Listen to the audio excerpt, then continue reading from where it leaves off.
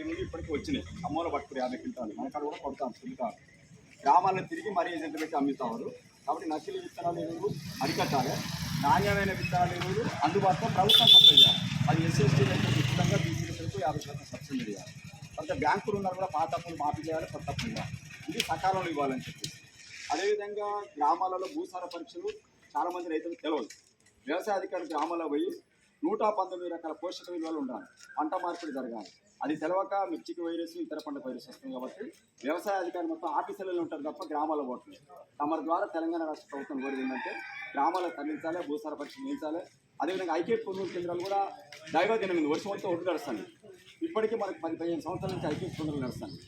15 సంవత్సరాలుగా ఎక్కడ కూడా కళ్ళం కరెక్ట్ లేదు, షెడ్లు లేవు, వానెత్తి తడవకుండా షెడ్లు లేవు. కాబట్టి బిల్డింగ్లు కట్టించాలి, షెడ్లు కట్టించాలి. మార్కెట్ కూడా ప్రతి గ్రామంలో దాదాపు 30 నుంచి 40 ఎకరాల వరకు మార్కెట్ ఉండాలి. రానున్న రోజులు అన్ని పంటలు కూడా దాచుకునే అవసరం ఉంది.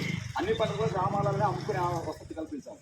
ఇవన్నీ తమరి ద్వారా తెలంగాణ రాష్ట్ర కోరుతాను. మీరు ఒక మాట మీరు ప్రభుత్వానికి పంపిస్తారు.